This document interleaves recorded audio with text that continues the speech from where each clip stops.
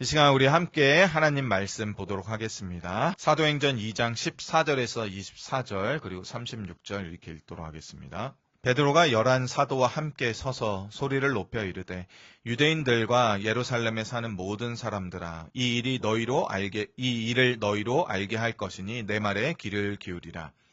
때가 제3신이 너희 생각과 같이 이 사람들이 취한 것이 아니라 이는 곧 선지자 요엘을 통하여 말씀하신 것이니 일러스되 하나님이 말씀하시기를 말세에 내가 내 영을 모든 육체에 부어주리니 너희의 자녀들은 예언할 것이요 너희의 젊은이들은 환상을 보고 너희의 늙은이들은 꿈을 꾸리라. 그때 내가 내 영을 내 남종과 여종들에게 부어주리니 그들이 예언할 것이요 또 내가 위로 하늘에서는 기사를 아래로 땅에서는 징조를 베풀리니 곧 피와 불과 연기로다. 주의 크고 영화로운 날이 이르기 전에 해가 변하여 어두워지고 달이 변하여 피가 되리라. 누구든지 주의 이름을 부르는 자는 구원을 받으리라 하였느니라. 이스라엘 사람들아 이 말을 들으라. 너희도 아는 바와 같이 하나님께서 나사렛 예수로 큰 권능과 기사와 표적을 너희 가운데서 베푸사 너희 앞에서 그를 증언하셨느니라. 그가 하나님께서 정하신 뜻과 미리 아신 대로 내준 바 되었거늘 너희가 법 없는 자들의 손을 빌려 못 박아 죽였으나 하나님께서 그를 사망의 고통에서 풀어 살리셨으니 이는 그가 사망에 매어 있을 수 없습니다. 36절 함께 있습니다. 그런즉 이스라엘 온 집은 확실히 알지니 너희가 십자가에 못 박은 이 예수를 하나님이 주와 그리스도가 되게 하셨느니라 하니라. 아멘. 오늘은 계속해서 우리가 성령 강림절까지 5월 넷째 주일까지 하나님의 이 성령, 거룩한 영인 성령에 대해서 같이 살펴보는 시간을 가지려고 하고 있습니다. 지난 한 주간 말씀 가운데, 기도 가운데 또 이 성령을 사모하는 삶을 사셨나요? 하나님의 일하심을 말씀에 비추어서 이러한 일들이 지금 우리의 삶 가운데 일어나고 있구나를 좀 한번 해석해 보고자 그렇게 좀 바쁜 가운데도 분주한 가운데도 그러한 시간을 좀 가지셨는지 궁금합니다. 지금 우리는 성령과 함께하는 삶에 대해서 이 주제를 놓고 사도행전을 계속 살펴보고 있습니다. 지난 주일에는 성령으로 채워지는 것이 무엇인지 나누었죠. 그래서 성령은 하나님의 거룩한 영이며 예수 그리스도의 영인 것입니다. 그렇기 때문에 예수님을 사랑하는 자, 예수님과 함께 살고자 하는 자는 이 예수의 영이신 하나님의 거룩한 영인 성령으로 충만하기를 간절히 원해야 하는 것이죠. 또한 그리스도인인 우리는 주님의 영인 이 성령으로 가득 채워질 수 있는 존재가 되었다는 것입니다. 인생은 누구나 만족이라는 거는 이제 채워짐이라고 보면 되는데 그 만족을 누구나 다 추구하며 살아가고 있잖아요. 그래서 자기의 부족한 점을 채우려고 하고 있죠. 그러나 지난주에도 말씀드렸듯이 그리스도인은 이제 더 이상 세상의 것으로는 가득 채워지지 않는 만족을 누릴 수 없는 존재로 변화되었다는 것입니다.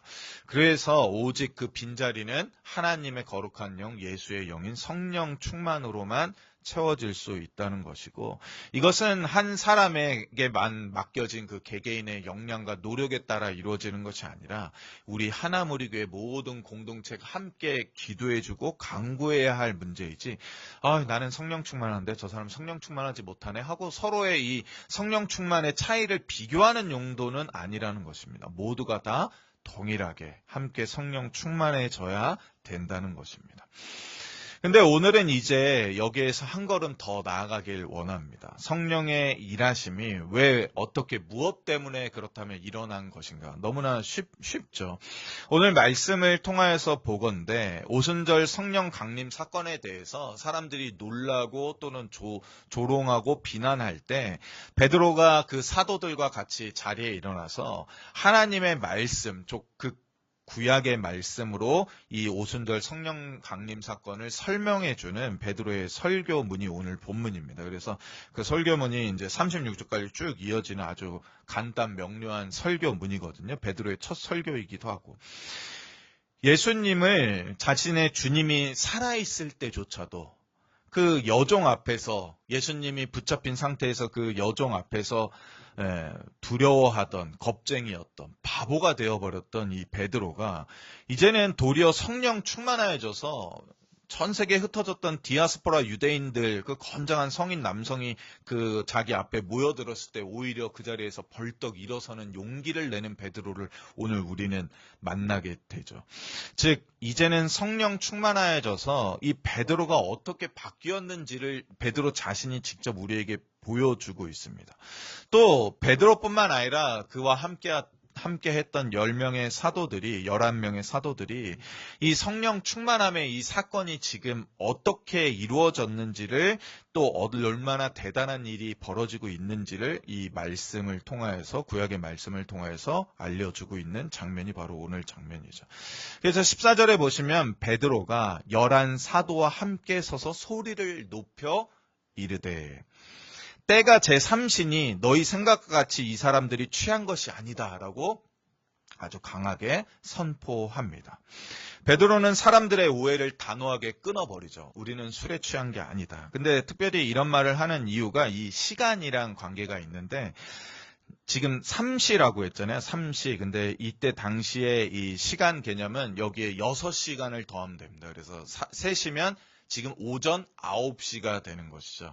근데 유대인들이 재밌게도 이게 이제 유대 문화입니다. 유대인들이 6월절에 안식일을 지낼 때 안식일이 밤부터 시작되거든요. 우리는 낮부터 주일이 시작된다고 생각하는데 유대인들은 안식일이 밤부터 시작해서 그 다음날 해가 뜬 다음에 한 9시, 10시가 지나야지 그 안식일이 끝나서 그때서야 이제 아침을 먹는 문화가 있습니다. 그래서 그들이 9시나 10시가 지나야지 음식을 먹으면서 포도주를 곁들여, 그때는 음료였기 때문에 곁들여 먹기 때문에 아직 밥 먹을 때도 아닌데 술에 취했다니 무슨 말이냐. 또 이런 의미가 또 내포되어 있기도 한 거거든요. 그렇기 때문에 베드로는 사람들의 오해를 단호하게 끊으며 술 취한 게 아니다. 그리고 나서 즉시로 구약의 말씀인 요엘서 선지자의 말씀을 들어 이렇게 설명하죠. 이는 곧 선지자 요엘을 통하여 말씀하신 것이다. 즉 선지자 요엘이 이미 선언한 바가 지금 성취되고 있는 것이다 라고 말하고 있는 것입니다. 우리는 여기에서 베드로의 성령 충만한 신앙에 대해서, 그의 믿음에 대해서 발견하게 되죠. 신앙이란 일어난 어떠한 일이 느낌으로, 내가 지금까지 살아왔던 과거의 삶의 기억으로 해석하는 것이 아닙니다. 아, 이거 좀 이런 것 같은데? 아, 저 사람 저런 것 같은데? 라는 어떠한 느낌이나 지금까지 내가 삶을 살아왔던 그 삶의 바탕을 두고 해석하는 게 아니라 말씀으로 온전히 해석하는 것이 바로 성령 충만한 신앙인의 모습이라는 것입니다. 또한 성령의 임하심은 결코 우연히 일어난 게 아니라 하나님의 말씀, 곧 약속의 성취라는 사실입니다. 오늘은 이거 하나만 기억해도 우리에게 큰 유익이 있습니다. 즉 요엘의 예언은 단순히 미래에 어떤 일이 일어나겠지라는 그냥 다만 불확실한 어떤 예측의 한화가 아니라 반드시 이루어내겠다고 하는 하나님의 언약의 선언인데 도대체 언제 일어날지 알 수가 없었다는 것입니다. 유대인들이. 아니, 성령이 뭔지도 몰라요. 성령이 뭔지도 모르고 성령으로 거듭나는 것이 뭔지도 모르고 특정한 일부 사람들만 하나님의 영이 임해서 선지자가 되거나 또는 지도자가 되는 일들이 구약시대부터 쭉 이어져 있긴 했었지만 무려 400년이라는 중간기 아시죠? 그래서 말라기 선지자 끝으로 예수님이 오시기 전까지 그 어두웠던 400년 동안에 성령 충만 본 적이 없는데? 제대로 된 선지자도 없었잖아. 이렇게 말하는 시대를 그들이 살아왔습니다. 예언으로만 존재하는 거지. 아유, 저 캐캐 묵은 곳에 두루마리 어딘가에 요엘이 그런 말 했던 것 같기도 한데 근데 뭐 400년 동안 아무 일도 안 일어났어 하던 그런 게 아니라 하나님께서 반드시 이루고자 하던 그 예언의 말씀이 지금 성취된 것인데 그것이 지금 우리의 역사 가운데 일어났습니다라고 말하고 있습니다. 즉 하나님의 언약의 약속이 하나님의 때에 정확히 이루어진 것이다. 너희들이 보고 있는 바가 바로 그것이다라고 말하고 있습니다. 즉 하나님께서는 하나님의 약속하신 바가 시간이 얼마나 걸리든 상관없든 반드시 그 때가 이르면 이루어 주신다는 것입니다. 그런데 이미 2000년 전에 그것이 최종적으로 성취되고 이루어져 있습니다.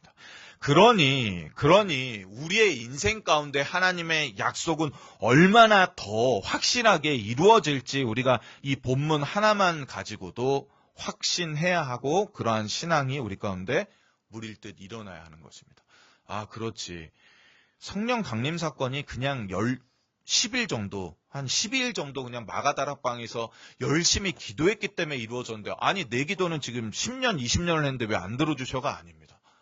성령 강림 사건은 무려 400년의 긴 암흑, 그 아주 어두운 시간, 그 훨씬 이전의 요엘 선지자로부터 지금까지 기다려왔던 게 성취된 것입니다. 그렇기 때문에 이후로 하나님의 언약 약속, 그것이 무엇이든 하나님은 우리에게 능히 이루어 주실 수 있는 분이라는 거죠. 그 긴 약속도 이제 2000년 전에 다 이루어 주셨던 하나님이라면 우리의 오랜 기도 제목, 우리에게 약속하신 바 그 복을 우리에게 주지 않으실 이유가 하나도 없다는 사실을 또한 여기에서 바라보게 되어야 하는 것입니다.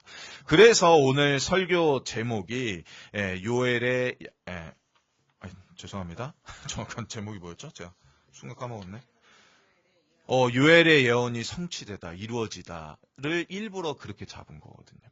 요엘의 예언은 그냥 그들이 한 열흘 정도, 한 2주 정도 기도했기 때문에 성취된 게 아니라 그 수백 년의 시간을 하나님께서 기다리고 기다리사 온전히 2000년 전에 성취시켜준 사건입니다.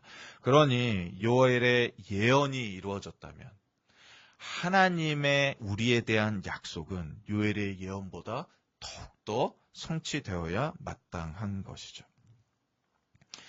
그러니 문제는 지금 내 삶에 벌어지는 사건들이 너무나 많아요. 너무나 복잡해요.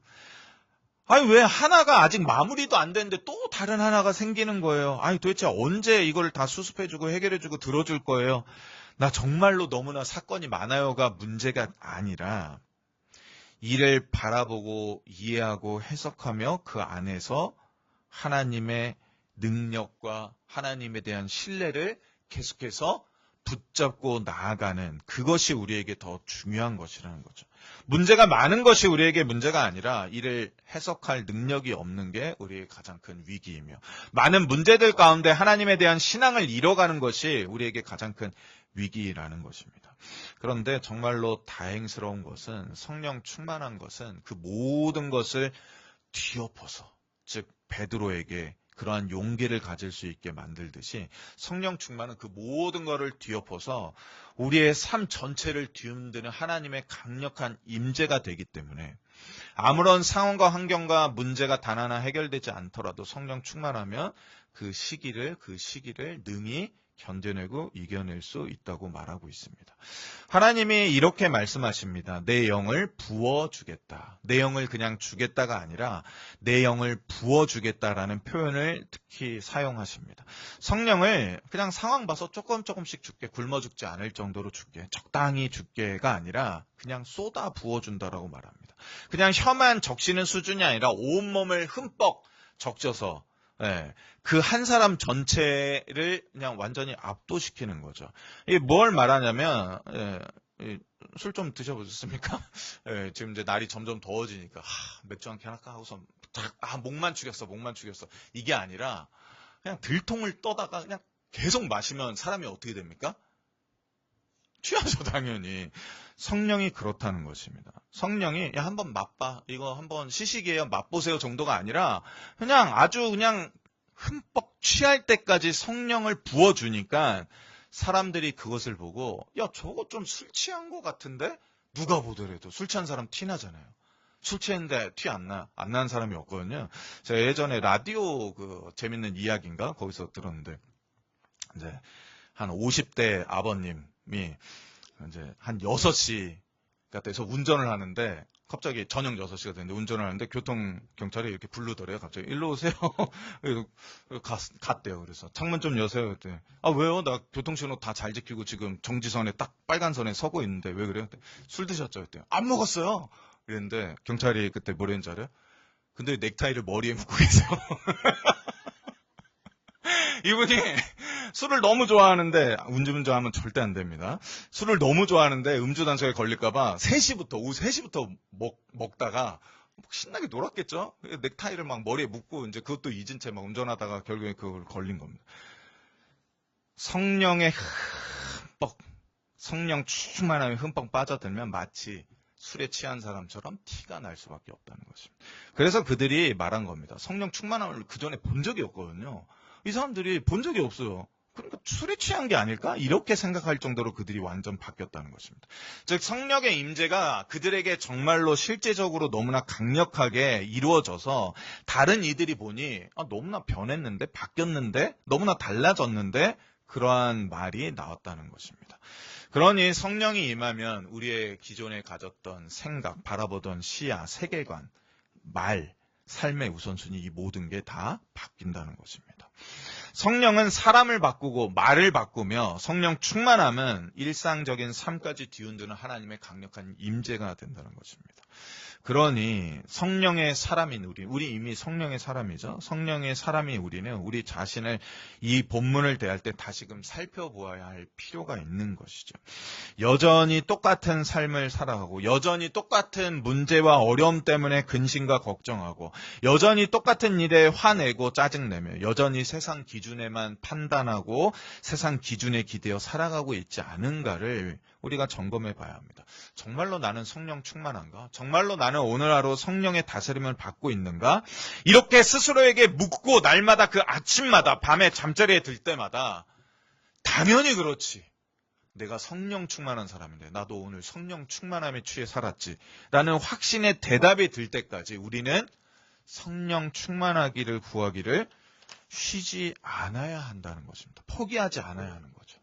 그렇지. 나 좀 안 됐어. 오늘은 포기가 아니라 하나님, 내일은 성령 충만할 수 있게 도와주시옵소서. 성령 충만하로 내일 하루를 온전히 살아갈 수 있게 도와주시옵소서.